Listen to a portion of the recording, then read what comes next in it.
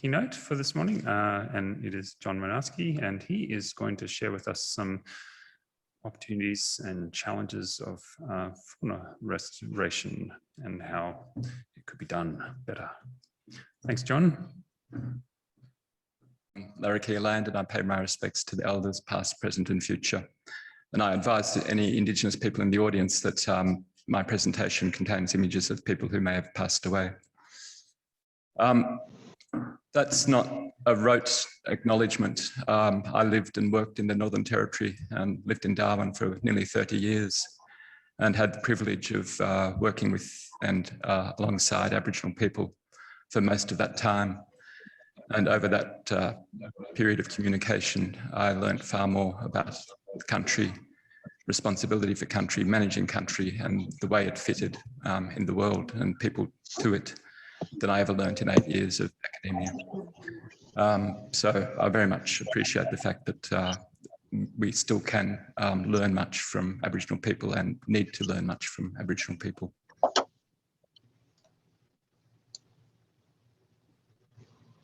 Make it go.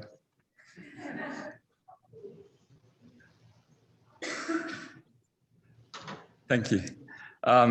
It's a pleasure being back in Darwin. I've now, unfortunately, in many ways, gone to Melbourne, which is a much greyer and bleaker place. And especially last year under lockdown, it was a demoralising environment. My talk is in many places personal and emotional, and I may or may not get away with that. But it's not responding to me, but it might respond. One of the things with reflecting on lockdown, and also I was diagnosed last year with a neurological disease, which will sooner or later corrode my mind and sour the rest of my life. So I thought that was actually timely to reflect on who we are and why we're here. Bear with me this conceit. And also, I can't really get this to work. Why is that, Michael?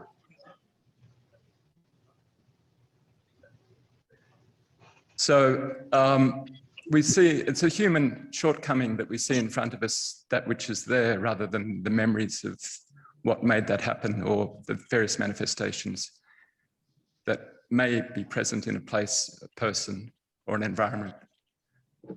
And we don't really generally get to understand the factors that led us to where we are now. It's quite conceited of me, I'm sure. Sorry about that.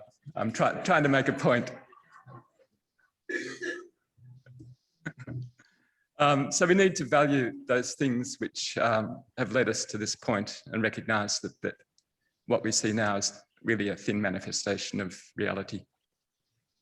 And I'd like to take 3 lessons from this history of my photographs.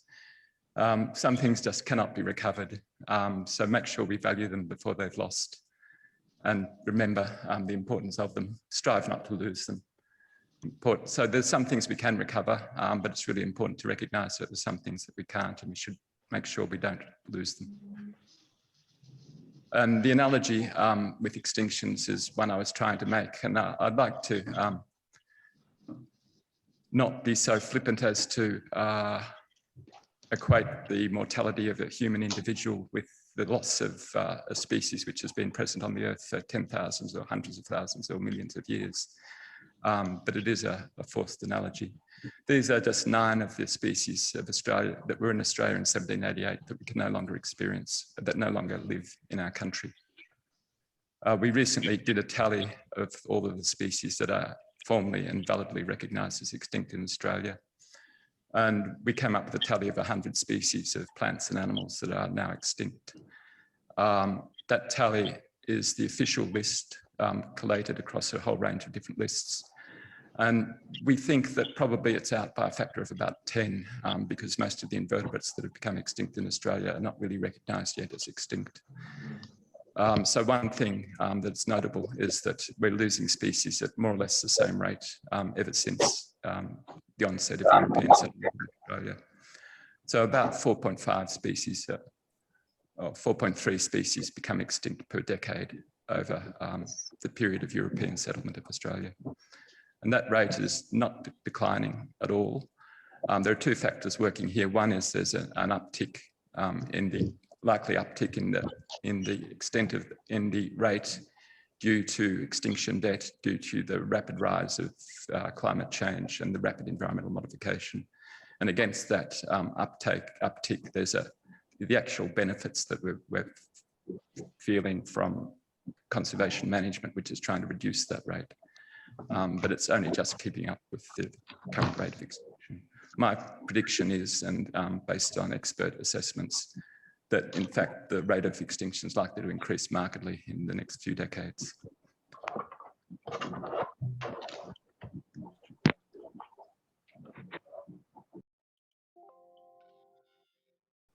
We can look at the rate, compare the rate of extinction in at least some components of the Australian fauna or Australian biota with those of countries elsewhere in the world. And for mammals, it's really stark that Australia's rate of extinctions is extraordinary. It's far more than any other country in the world. So this is the IUCN tallies of the number of mammal species, endemic mammal species that have become extinct in all the countries of the world. Australia leads it with 28. In fact, the number of extinct mammals in Australia is 34 species. And the next worst in this extinction stakes ladder are the islands of the Caribbean. Exemplified here by all the remains that exist now of an unfortunately named rodent that was endemic to Cuba. And it proved to be palatable to human settlers when they arrived there, and that was its nemesis. We can look at the previous distributions of the extinct species in Australia and factor in also the factors that cause those extinctions. We can display this geographically. It's notable that extinctions across much of the world are typically of really localized species that bear the brunt of human damage, whereas in Australia, many of the extinctions were of species that were remarkably widespread and are common and abundant. It's a pattern which is characteristic of Australia, idiosyncratically so. If we look at the causes of extinction, so for every species, every one of the 100 species that became extinct in Australia, we had a series of experts provide an estimate of the proportional contribution of various threat categories to those extinctions, and then we collated those across species. So by far the most important contributor to extinctions in Australia have been introduced animals. And that particularly affected species across inland Australia, arid and semi-arid areas, but also characteristically in the global pattern on islands in Australia as well. So on Norfolk Island, Lord Howe Island and Christmas Island, in particular, introduced animal species have been pivotal to the extinction process. In contrast, the next worst factor in the extinctions is habitat loss, and that's much more confined to the much more densely settled parts of southeastern and eastern Australia, southwestern and eastern Australia. I'll go back to this leitmotif for another point, and that is shifting baselines, which is really important for recovery. Again, we see an environment typically and think that that is what the environment should look like.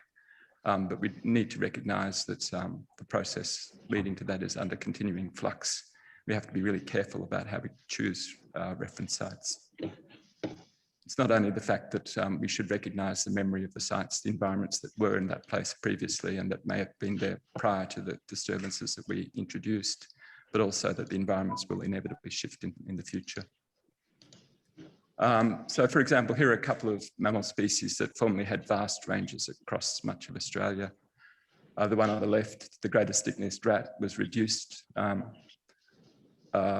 in distribution and abundance, and happily for it, persisted still on one really small island off South Australia, Franklin Island, with, I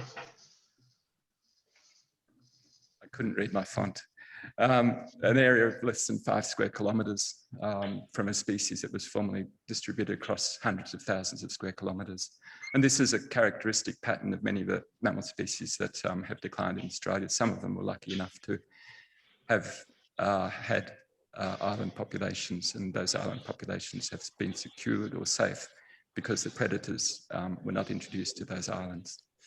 Another example is burrowing bettong, which was happily, a bit more happily occurred still on 3 islands and subsequently has been reintroduced to many parts of Australia. So we can map the number of species in Australia historically at 1788 and now in, well, sort of now in 2018. And these are contour maps of the species richness of 3 different types of mammal species. One, those that are really susceptible to cats and foxes. In the top map, those that are mildly susceptible to cats and foxes in the middle, and those that aren't at all susceptible to cats and foxes on the bottom. With the 1788 maps on the left and the 2018 maps on the right. So whole suites of the Australian mammal fauna have disappeared completely from much of Australia. And if we go there and look at the mammal fauna, we're seeing only really small vestiges of what was there.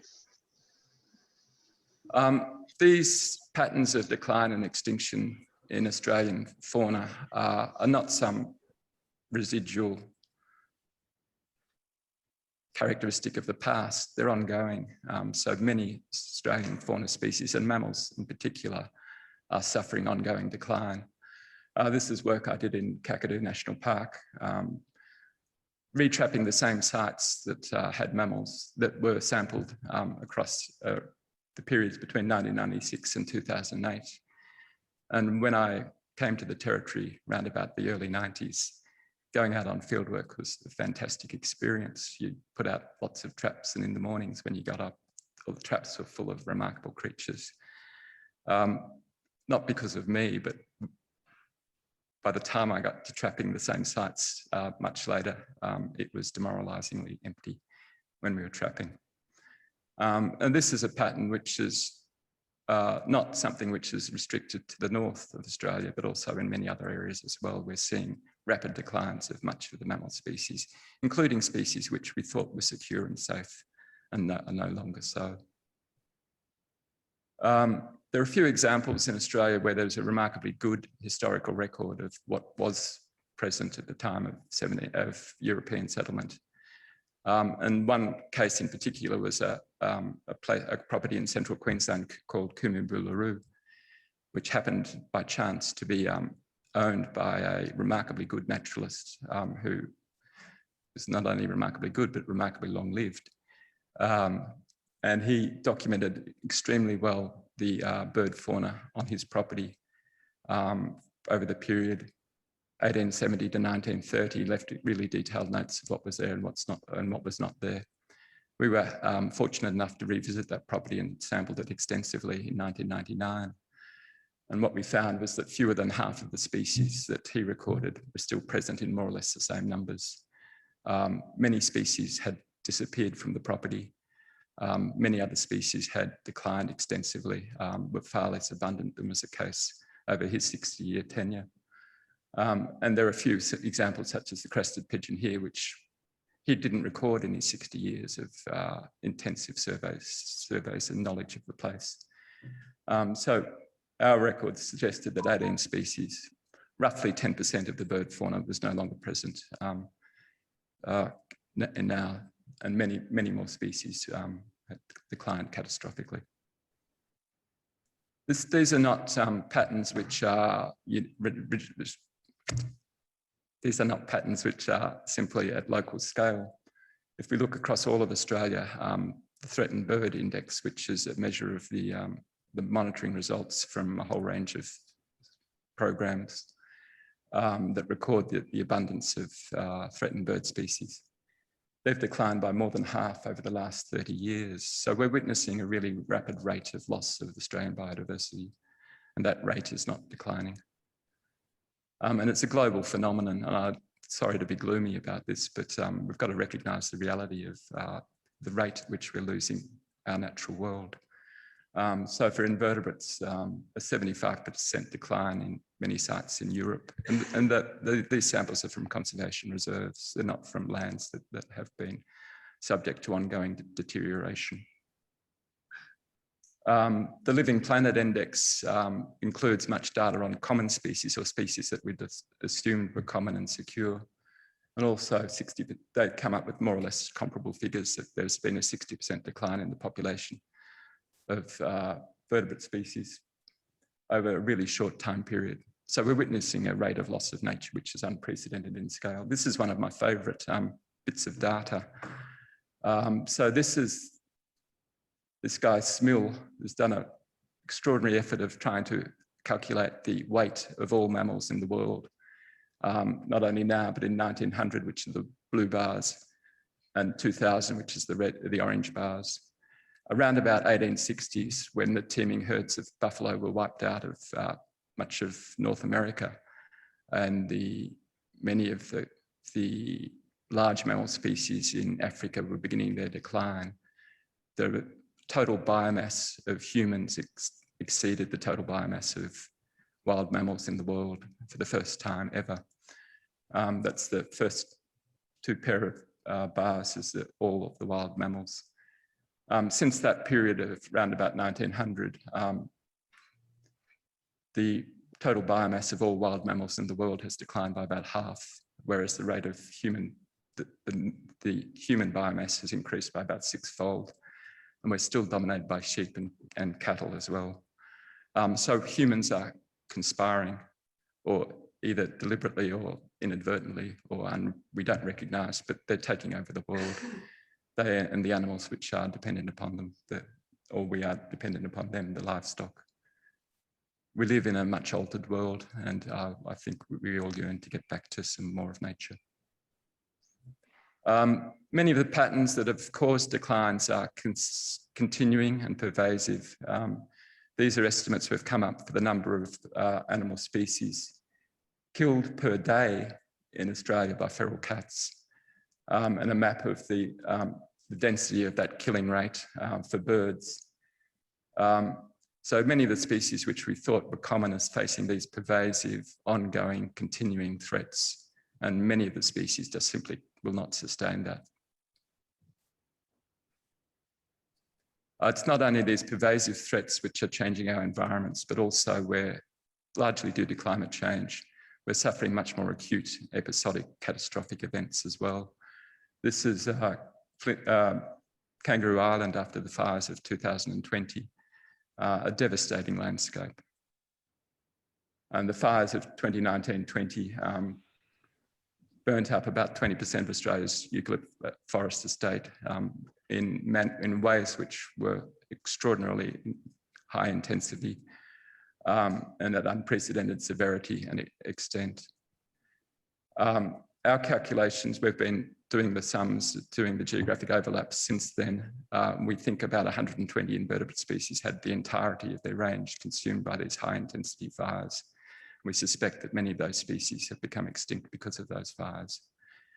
About 50 terrestrial vertebrate species, because of the damage done by the fires, are probably now eligible for listing as threatened, whereas previously they were not considered threatened at all.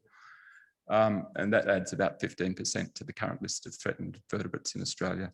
So it's not only the continuing pervasive chronic factors that are driving biodiversity decline in Australia, but it's also these acute factors as well. Oh, back to me again. This is the last time you get to see me. Well, me as I am now.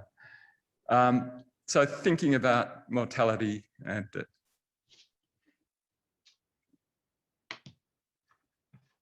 about purpose, why are we here? And many religious people think we're here because of sort of the enigmatic folly of gods. But I think we're here for other reasons at all, entirely. I think we're here to leave a legacy, to seek. I'm a researcher, so I'm trying to be objective. It's a struggle sometimes. We're here also because of our thirst for knowledge and experience, and trying to understand the world. And I think also we're here, humans are lucky in that we can give and experience love.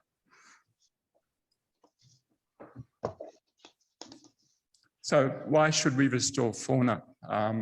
These are a range of reasons that more or less follow from that previous understanding of our purpose in life, why we are here. we need to recognise that we have responsibilities for those generations that will follow. There are cultural obligations, there are purely functional reasons. Animals contribute to the health of ecosystems and we benefit from that health. All species have a right to exist. There are regulatory requirements. The fantastic EPBC Act provides stringent protections for all species of animals and plants in Australia. That was a joke. I got to get back into a happier mood, sorry. On top, having spent 40 years of my life chronicling decline of biodiversity and having experienced the consequences and seen the effects of the fires of 2019, 2020, I've had a bad case of solastalgia, which I'm trying to get rid of, which is a newly defined term of, which is a bit ugly sounding, but it's about the emotional distress caused by environmental change, or the homesickness you get when your home changes without you being able to do anything about it. So I think the fundamental factor driving my caring about the environment is a sense of responsibility for the generations that will follow, that we shouldn't be selfish in consuming the world in which we live and those beautiful things that inhabit the world with us. So my rubric in life is that we should pass to our descendants a world which is as healthy, diverse and beautiful as that which we've inherited. And that's a really important responsibility, I think, that we all should share. We also need to find a better way of living in our country. I think we don't live in this country well. We take it for granted and we pay too little heed to it and our responsibilities to it and our connections to it. And we do need to learn the lessons that Indigenous people can tell us or prepare for us.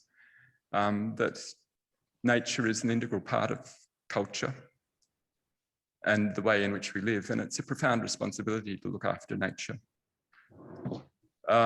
This is a slide I often use, and forgive me, anyone who's seen it before. This is Nellie Kamfu from Bullman Station near Katharine in the Territory. And we were doing a project that involved a trailer load of stuffed mammals that we were taking to Indigenous communities across the top end, trying to get a handle on Indigenous knowledge of when these species were formerly in country, when they declined, and some sort of insight into why they were declining. And the northern quoll here was Nellie's totem species. And she hadn't seen it in country for 20 odd years. So when we showed her this stuffed specimen, she sang its song, stroked its fur, and cried about it for about half an hour, simply because it had not been in her land before. I think we all need to value our nature to at least a minuscule of that extent. We need to show more respect, we need to care more. And the flip side of that, I'm trying to be cheery again, is that there's remarkable benefits and sheer sense of exhilaration when those animals come back to country. And this is a case of the marla being reintroduced to Central Australia, to country that it hadn't been in for more than 30 years or so. And it was really part of the cultural renewal and re-strengthening for that opportunity to occur. And of course, we all need to learn from Indigenous fire management to try to avoid the catastrophic fires that will plague us into the future. So this is a slide from my colleague Leonie Valentine from UWA, and it showed, it tries to show, it might be a bit small, woodland country in WA at the time of European settlement with a really diverse array of native mammal species. That same country now is inhabited by foxes, cats and rabbits, and they do different things to the environment. What as a consequence of that is we've lost much of the ecological functioning and viability of these environments.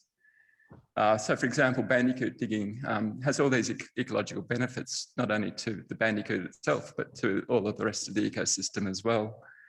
And with 4 bandicoots per hectare, the turnover of soil is 12 tonnes of soil per year, per hectare. So they're doing remarkable jobs of renewing country, making sure that the ecological fabric of the place is being maintained and providing viability to many plant species. And success is possible. You know, I'm trying to counterpoint the gloomy with the beautiful and the good. And it gives us hope. And in terms of trying to reverse the declines in Australian biodiversity, the key to renewal and success and restoration is making sure you can understand what the factors that caused the declines were and to manage those factors successfully. So we're keen to be a bit upbeat. We published this book on success stories in threatened species conservation a couple of years ago. And here's just a couple of examples of blue-tailed skink, which was considered extinct in the wild in Christmas Island. And the captive population at least is doing well. Of the Cocos buff-banded rail, which is increasing. Don't worry too much about the axes. They're all just recognise the fact that things are getting better, increasing. And of course, even through legislation and policy, we can make improvements. So the humpback whale population is going through the roof at the moment in Australia. One of the mechanisms of many of the successes have been at least for mammal species, is the translocation and building of mammals into predator-proof exclosures across Australia, and it's been remarkably successful. So many of the species which were formerly marooned on small islands have now at least got toeholds back on the mainland. But the important thing to note is, and now increasing, but the important thing to note about that is that although there are 17 of these sites, the total area is less than 350 square kilometres. So they're succeeding in preventing extinction, but they're not succeeding yet in providing a national overview or national recovery of these species, and nor restoring the connections that they formerly had.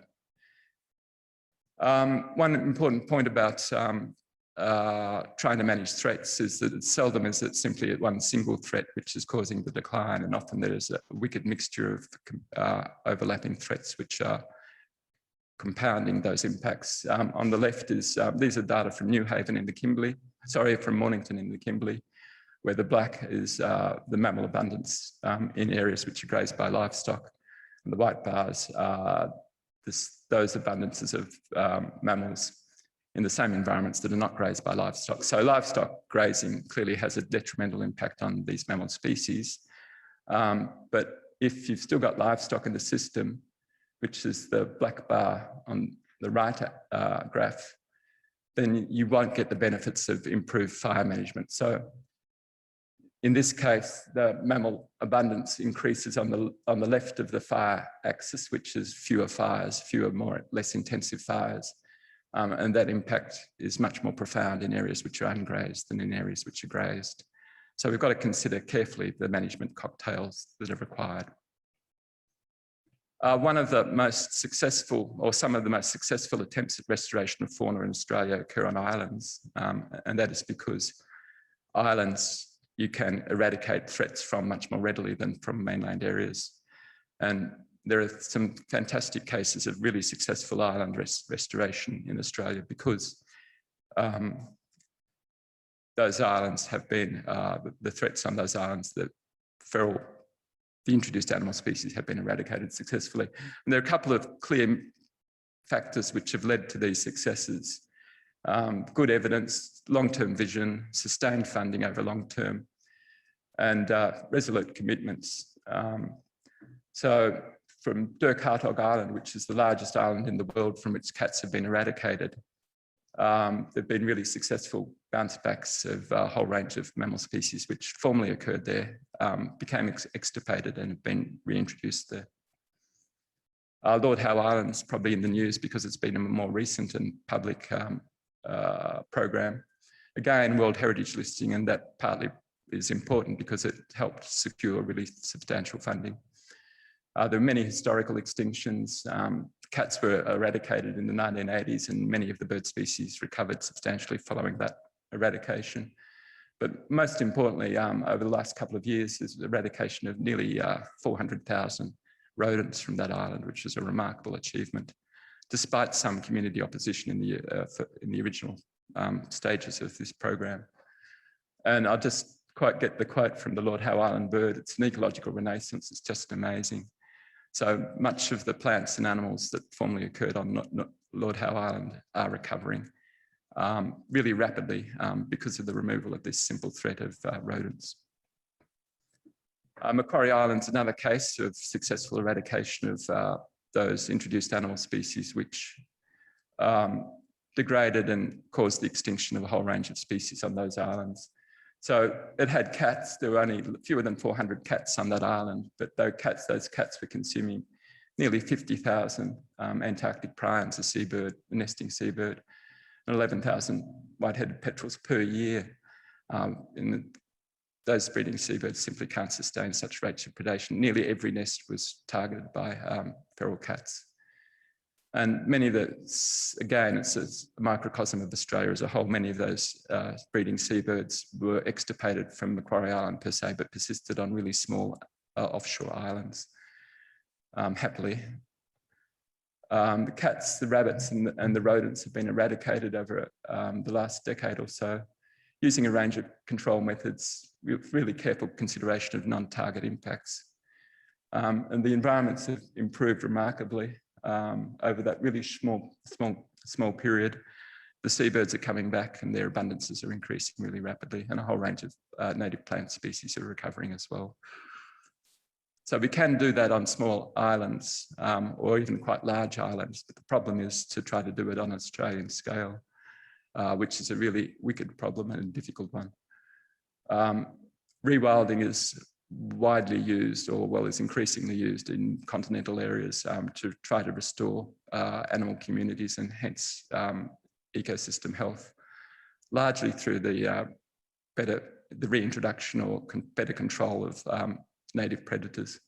And it's possible in Australia that this could work with dingoes. I'm ambivalent about it though. I'm going to change gear to local scales of restoration. And there's some notable some really important landmark papers that we've been lucky enough that researchers have produced over the last few years on fauna restoration, particularly post-mining in Australia. And this is a paper with, I think, the title, which means you don't have to read the rest of the paper. It clearly makes the point that across the world and in Australia as well, that fauna is given far shorter shrift in restoration studies than have been plants. Another paper quantified that again. So 67% of more than 1,000 published articles considered plants only in restoration, whereas only 9% considered animals only. And that's a bias which has been consistent historically, and we need to do something about. The great standards, which we've heard much about over the last few days, do consider explicitly desirable animals as one of the sub-attributes. But even this document, if you do the word count on it, the references for animals are less than half that of plants. Not saying you should do anything about it, Teen, but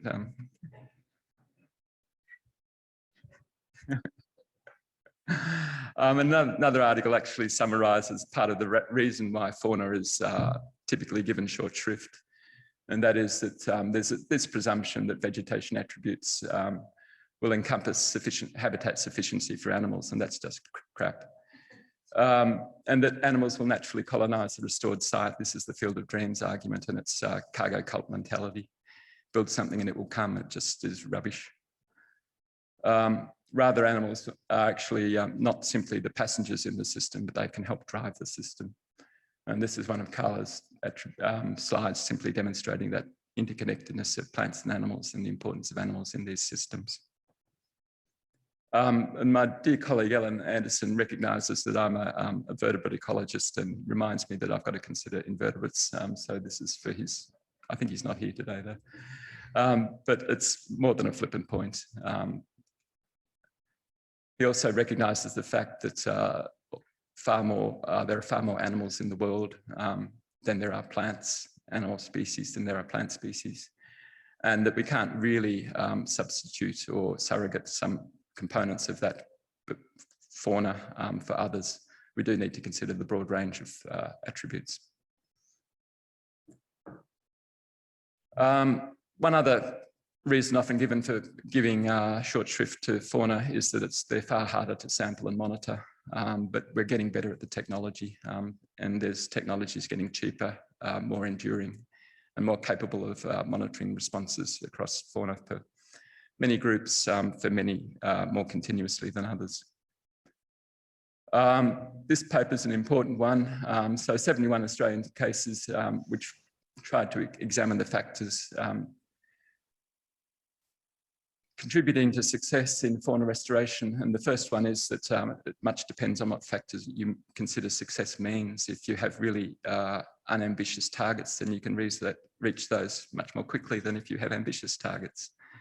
So we hear that there's a desirability of making sure that your milestones or endpoints of closure criteria are achievable. I think that's rubbish.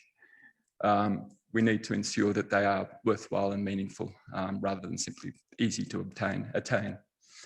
Another one is, of course, restoration age. And it's important to recognise that success in fauna recovery may take decades or centuries, and that's not the case yet. There are other management, and we also, this study also recognised that different fauna groups are much easier to or harder to recover than others. One of the problems with the age argument is that there's very few long-term studies of restoration of fauna in Australia. Most of the studies are 10, 20, 30 years max. So we're speculating into the unknown and trying to interpret trajectories beyond that monitoring duration. I'll give you a couple of examples of studies, because we're local, of the restoration post-mining of fauna in the environments around Darwin. These are two Gove and Weeper, both bauxite mining, both in these Tetradon miniata forests. There's a strong successional signal, which is unsurprising in these studies. So there are many pioneer early successional species. There's some species that like each of these bars represents ages post-mining, post-restoration implementation. So 2 years, 5 years, 8 years, 12 years, 24 years, 33 years, and unmined control. And each of those age groups was sampled by at least 5 sites. So some species are early successional, some species are mid-successional. A really large proportion of species only occur in the, don't occur in any of those early successional or even mid-successional ages post-mining, and only occur in the unmined reference sites. And this is a characteristic that occurs across fauna groups, across most mine site studies. And it's partly because the resources needed by a large suite of the fauna species simply don't occur in the first 10, 20, 30, or even 50 years post-establishment or post-mining. And hollow-dependent species are one of those, the most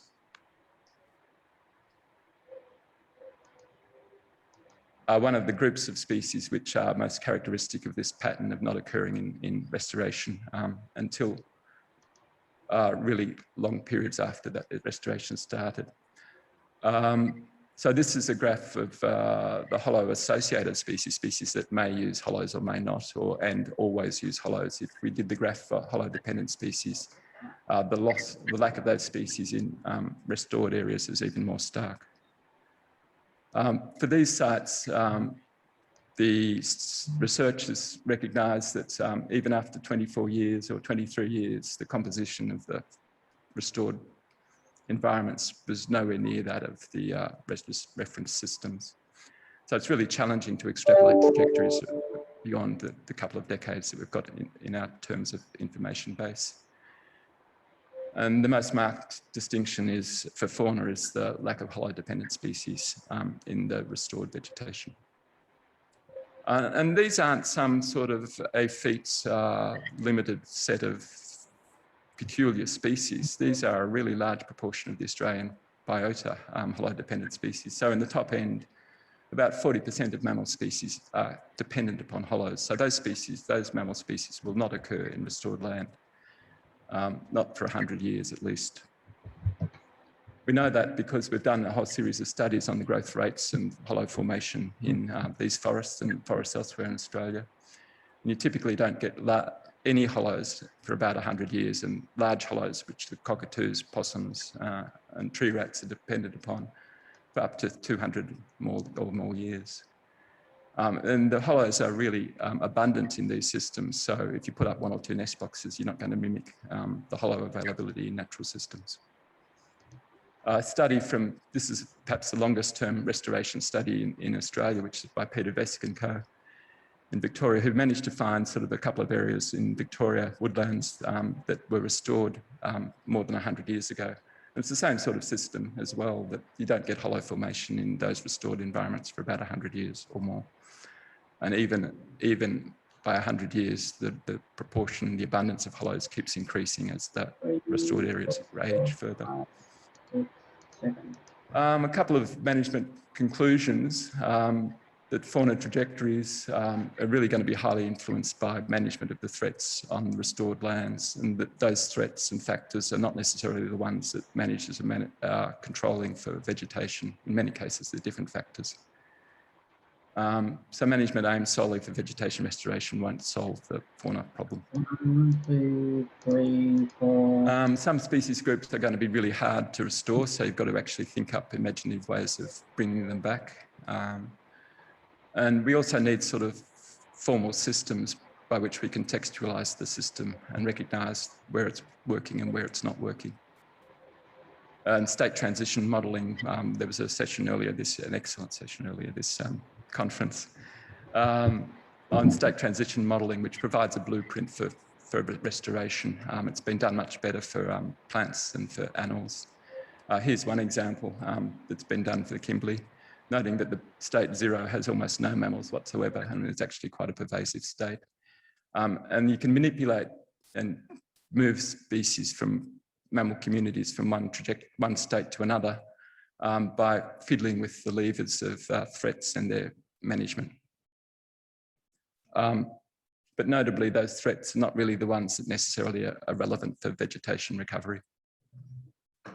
Okay, I'll finish the lessons I've distilled from these examples with some principles, and maybe they're not principles, maybe they're guidelines for fauna restorations. And the first one's the basic one: we shouldn't drive any species loss in Australia or elsewhere in the world. We should think about carefully the restoration and before we allow disturbance to happen. So I think that's a baseline that has been too often neglected in Australia before. Again, harking back to the Aotearoa New Zealand example, they show us much good examples, and one of their one of their many wonderful recent initiatives is the Predator-Free New Zealand, which attempts to eradicate all introduced predators in New Zealand over about a 30-year period. So we need to have such ambitious scales in fauna restoration in Australia, some ambitious targets. We need to consult widely, including recognition of cultural values in fauna restoration. And it's not only consult, it's involve, and it's not only involve. I've left off 3C, which is to ensure that there's Indigenous leadership in this process as well. My apologies for leaving that off. Harking back to my pictures of my life, we've got to select the baseline reference really carefully and with due regard to the future. So back to kakadu mammals, to be set as the restoration standard, the baseline for Ranger uranium mine, which is within these environments. When the mine started, or what the state is now. And it's actually a contestable proposition that we should set the standards, the baseline, the reference back to when that mine was given approval in the first place, rather than in the lesser environment in which it occurs now. We inevitably need to include a broad range of fauna groups, harking back to Alan's point that there are no umbrella species, really. There are no surrogates. Each species is different, each faunal group is different. But we do need to ensure that we include those that are of ecological importance, conservation significance, cultural significance as well. Clearly, the only way you can manage fauna and bring it back is to manage the threats that are causing the loss of those species in the first place. So fauna restoration involves really deliberate and deeply considered treatment of the threats and the management factors that can control those threats. I think we should be using state transition models or the like much more widely than we're doing at the moment, because they can conceptualize and contextualize the system and let us figure out where we are in the system and what levers and management tools we can use to change the system around. It's drop dead obvious, but fauna restoration or restoration in general can be an expensive proposition. And there are many cases that have been started, but not continued simply because the resources have been interrupted or neglected. So we need to secure the resources for the long term. I think we need to stage the goals and the closure criteria to know that we're on the right track, and to ensure that simply being on the right track is not sufficient. Accountability is really important. It's got to be explicit and enduring. So we need to know who is responsible for the restoration and to ensure that they're there for the long term. We can't rely solely, one of the key lessons from my talk is that we can't rely solely on passive restoration, but we do need to be more imaginative in reintroductions and resource supplementation provision. And obviously we need to monitor our progress and tweak the system accordingly, and to ensure that the oversight and the regulatory oversight is aware of when the trajectories are diverting from the desired, and to do something about it, and to make sure that that information is publicly available. And we need to very much because it's a gloomy world, if you're a conservationist, we do need to celebrate successes and to recognise that it is practical to achieve. Thank you.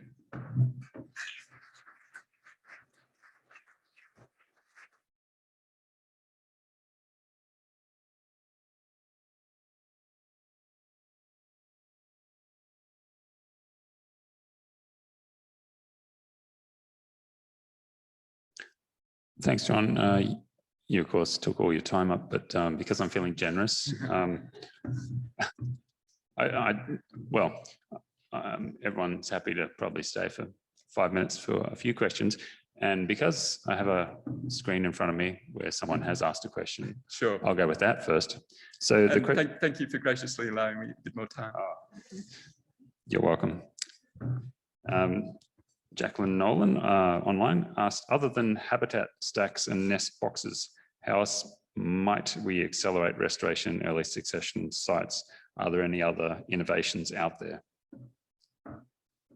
Yeah, they're the conventional methods that have been used, and variations of them work and work successfully. They've got to be done at scale, at large scale, many of them.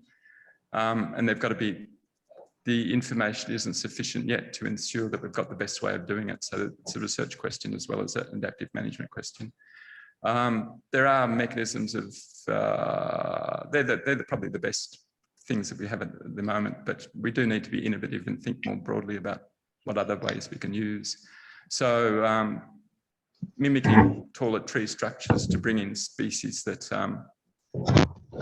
such as owls that perch on taller trees in sort of open environments is one possibility. Ensuring that the plant species that you introduce early are those that will flower and fruit rapidly as well will help bring in a whole lot of species that would otherwise take much longer, animal species which would otherwise take much longer to come in. But yeah, it's a really important and fertile field for further research, I think. Yeah, I've often thought all the development that goes on in the north, there are big trees cut down every day, which could get moved, which does happen in other parts of the world. So we'll go for a couple of questions. Sweet. Because everyone will want coffee or something. G'day, love the talk. Scott Meyer here from Arbor. I do ecological restoration, mostly mid-north coast, New South Wales. We're still fortunate to have reasonable fauna there and reasonable population of coastal dingoes. I took some photos recently of a beautiful female dingo, and the council used them to inform local residents, etc., of some of the dangers of interacting with some of these creatures in a frivolous manner, and because they had to shoot 5 local dingoes. But to me, these top order predators are critical. Can you offer any insight as to how perhaps dingoes in particular can be successfully sort of managed in a more increasingly urban environments? Damn good question, and it's a very complex one, and it's nuanced because there are dingoes and there are things that look like dingoes that aren't dingoes. We've got to again learn from Aboriginal people that dingoes were the friends of people and were regarded as really valuable companions. That's not the case. That's not the perspective with which they're typically viewed in Australia anymore. Dingoes are an important top predator in Australia and do control the food webs underneath them. It's not only dingoes, we should be considering things like Tasmanian devils and returning those to the mainland as well, which I think would go really nicely in suburban Melbourne.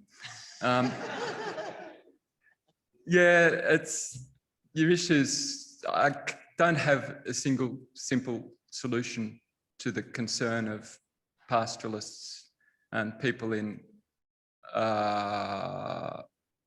peri-urban situations where attacks by wild dogs may be a problem. The dingo issue is easier to deal with, I think, on the less populated parts of Australia, where there's continuing persecution in pastoral lands, and I don't think that's justified or sensible in the long run. The peri-urban situation is much harder to deal with, I think. But we should start from a position of respect of the dingo as cultural value and its importance as an ecological pivotal species, and rather than the perception that dogs are bad for the environment and for people. Sorry, I didn't really answer your question, but I tried really hard. Yes, Aidan. Hi, John. I Hi. really enjoyed that as well. Just, I guess, a pretty quick one. With the active reintroduction stuff just at the end, you mentioned resource supplementation. I wonder if you can maybe expand on that just a little bit. The resource supplementation for active reintroductions, or what are some examples of that? What we could actually do? These questions are quite hard. And partly that's Okay, you don't have to. Partly that's because it's uncharted waters to some extent. These are things which need to be done rather than which have been done in the past. So most of the resource supplementations about hollow logs, of course, woody debris and the like. And we know that works to some extent. There are also cases in, for example, post-fire, where food supplementation has occurred for better or worse to save some threatened species that have been severely affected by fires. There are some cases where, again, it's important to plant keystone food resources such as fleshy fruit producing plants early on in the successional cycle, or actually, no, that will do. So sorry, Aidan, it's a hard one, and I think there's much scope for further research. All right, John, there's one easy question here. No, I'm not sure it is. It's not going to be easy, sorry. Oh, damn But it. Thank you for your talk and yeah, bringing a really emotional and human side to this. That was really great to see.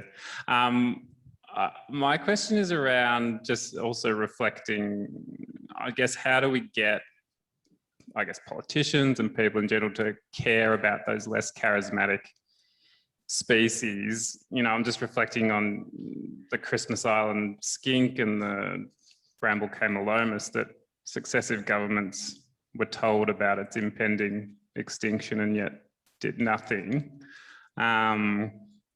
Yeah, I guess, how do you, have you got any tips through your research and your experience about how we get people to care about those less charismatic species?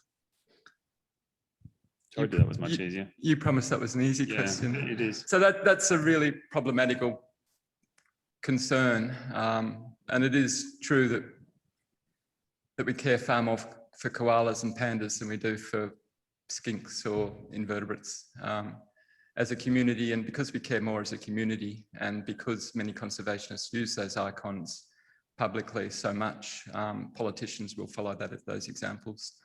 We do need to explain that I think the core factor in my argument for ensuring that we should care for every species is that every species has a right to exist. So it's a really moral component. It's just a matter of translating that moral component into, through good science communication, to actually let those who make decisions be more aware of the rights of every individual species.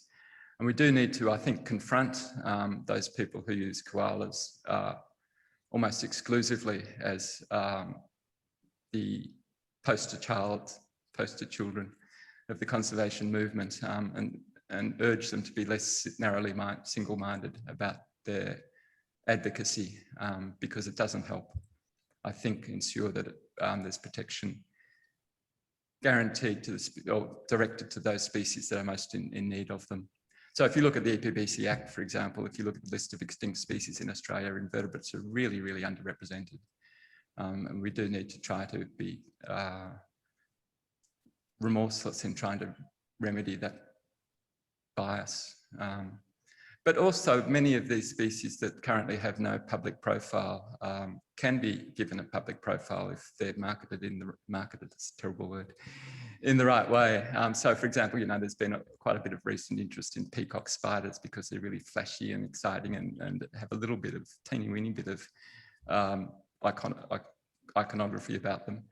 And again, if we use those carefully as representatives of spider groups or invertebrate groups more broadly, then we can use those other species can be caught up in the slipstream of the more charismatic species.